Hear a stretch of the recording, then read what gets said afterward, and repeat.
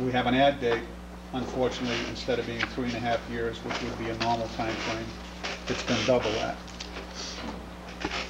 The project, when it was approved, required the town to pay for 100% of all engineering costs and right-of-way acquisitions.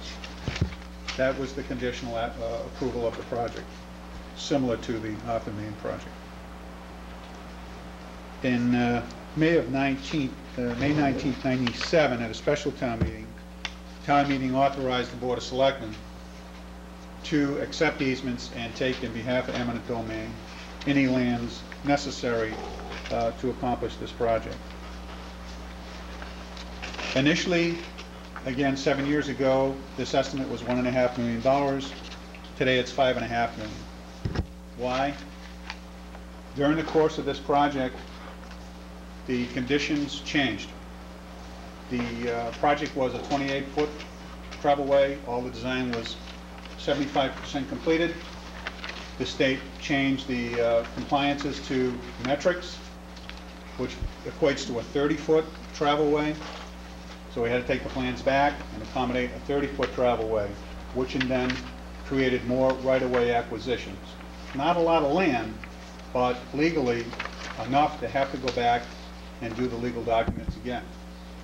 Also, the bridge at the intersection of Park and Washington Street, which was not our request to be replaced, was mandated also by the state to be replaced. And again, we had to pay for those engineering fees as well. All the engineering fees related and right-of-way acquisitions related to this project have been taken out of our entitlement grants, such as Chapter 90. So the costs to date are not out of pocket in terms of the town. They're out of pocket in the state, at the state level. And obviously, some of the taxpayers in the town of North Reading, that's their money. But in the bigger picture of things, it's a lot of other people's money throughout the state as well. When you look at a project that's $4 million more than what we had requested. And why? All we wanted was an overlay. And because it's a Federal Highway Administration project, if you will, we have to meet those compliances, just like taking, when the schools take federal money, there's certain conditions, but we have to comply to those conditions. Again, the project goes from Route 28 to the Middleton line. It's 30 feet, except in the environmentally sensitive areas along the river corridor. It'll have the new bridge. It'll have a whole new sidewalk on the north side. It'll have a sidewalk in town center on both sides. It will have traffic control signals at Freedom Park in winter, as well as town center. Overlaid to this grant is another grant, Public Works Economic Development Grant, which will deal with the underground wiring. So the underground wiring and the improved traffic scheme, the streetscaping through town center, is not part of this project. It's overlaid through another grant that we were able to acquire. Why are we here tonight? It's to meet our 14th advertising date, 14th of July. It's required that the Board of Selectmen now sign off on the right-of-way certificates, which allow for any eminent domain proceedings to be taken. Again, those eminent domain costs have been done by an outside appraiser. The money is allocated through our entitlement grants to pay for those eminent domain. What does that mean if someone doesn't like the cost in dealing with this project? For example, if there's a wall that has to be erected that wasn't there before, and the town is paying somebody so much money to take that sliver of land to build that wall, if they don't like it, they can sue. But that doesn't stop the project. Most of those suits happen 2 years after the project is completed. And if those suits happen, the amount of money is the difference between what the appraiser has appraised it and what they'll settle out of court, minus the 1/3 for lawyers' fees. Not a lot of money. And any anticipated costs that fall out of this project will be paid out of our entitled grants again. That brings us to date, Mr. Chairman. Thank you, Mr. Hammond. Mike can address any specific areas of right-of-way, and Krister, if you need a further breakdown of the overview of the project, he's prepared to do that as well tonight. Okay. Does the board have any questions? Mr. Ron. All of these named people, do we know, are there any that are fighting this?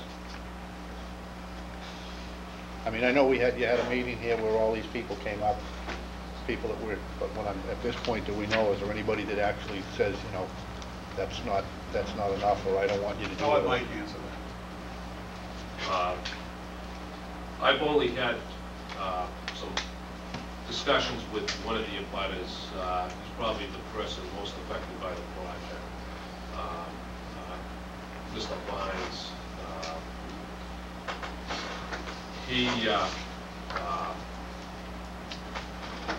We've had the appraiser go in, we've appraised the damages to his property at fair market value. He hasn't responded back to me either positively or negatively. That's all I can say to you. What about the meeting you had here that day? I was here with all the people were here on the easements and the so on and so forth. There was a lot of people that were not happy that day. Now, I don't know if they left happy, but... I requested that they sign grants of easement in which damages would not be awarded, and a number of people, for one reason or another, refused to do that. You have to understand, there's 29 takings involved, and the total awarded damages is right around $40,000. The monetary value on each of these parcels, I'm not going to say it's negligible, but it's minor.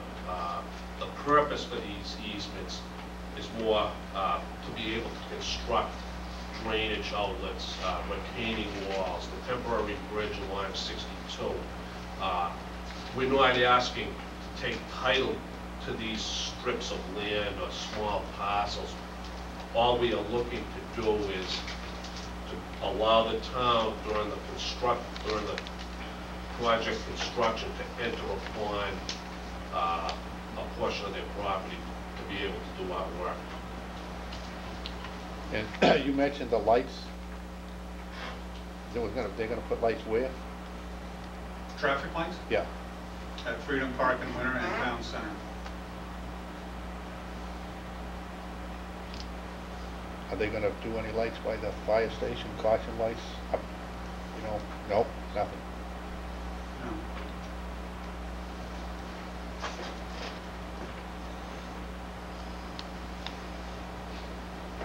That's all I have. What's that? Mr. Murphy? The curve at the Road Farm, is that going to remain intact, or is it going to be straightened out? It's going to remain. Why is that? Why can't it be improved? Wetland, so you'd have to have, well, Chris. In order to improve that curve in that location, you'd have to go right through the wetlands in order to do that, and the environmental permitting that would be required in order to do that was beyond the magnitude of this project. And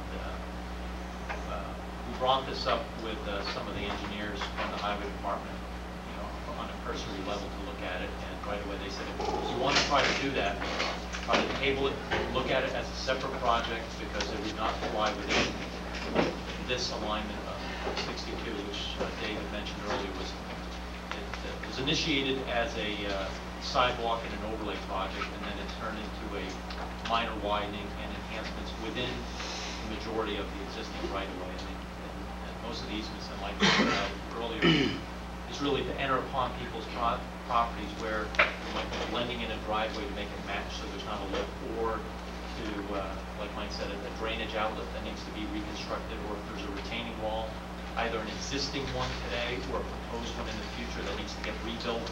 The contractor needs some space to work on private property in order to do that, so there needs to be an easement. But the issue of the curb was something that was requested of us to say, if that's part of the project, look at it as a separate project, because it's way beyond the magnitude of this project. Curve will be super elevated. Yeah, the curve will be super elevated coming through so it'll drain properly, as well as I think there's been some problems in the past of cars kind of go through the curve, and there's some guardrail on some of those corners there. set. Do we have any questions from anyone in the audience? We have. Mr. Smith? I agree with you, Mr. Mulder. Number one, that's the worst crime in the town of North Reading. And we can build airports, we can do everything else, but we can't straighten that corner up in the town of North Reading.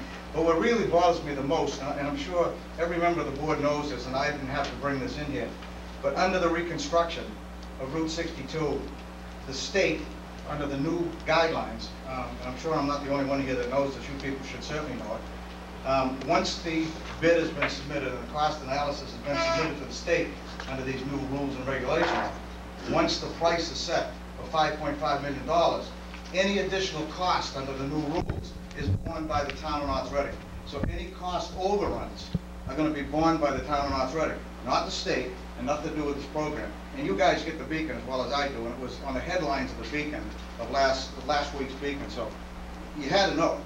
And why it hasn't been being discussed here tonight, we're just simply going to go through with the process and nobody's going to say nothing again.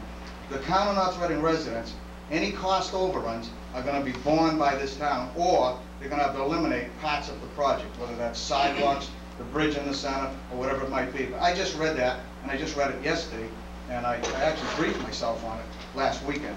So I don't think you should just be signing something off until you find out what's really going on at the state level with money, because they're short of money, and we're really short of money. So don't start signing stuff until you find out what you're signing. Mr. Hand? The two questions are the curve. It's been brought up a number of times during the project review. It's just simply not in the scope of this project. It never was, and the state is not going to accept it. If you want to straighten out that road, the state is out for two things. End the project short and you finish it, or end it and start it somewhere beyond it and you finish it. They're not going to get into it because you're going to have to mitigate the wetland. Without an official opinion from the Concom, the path of least resistance to mitigate that wetland is to make the wetlands on the other side of the road, if in fact you straighten it out. So you, instead of having wetlands on one side, you would have a road that would be straighter, but wetlands on each side.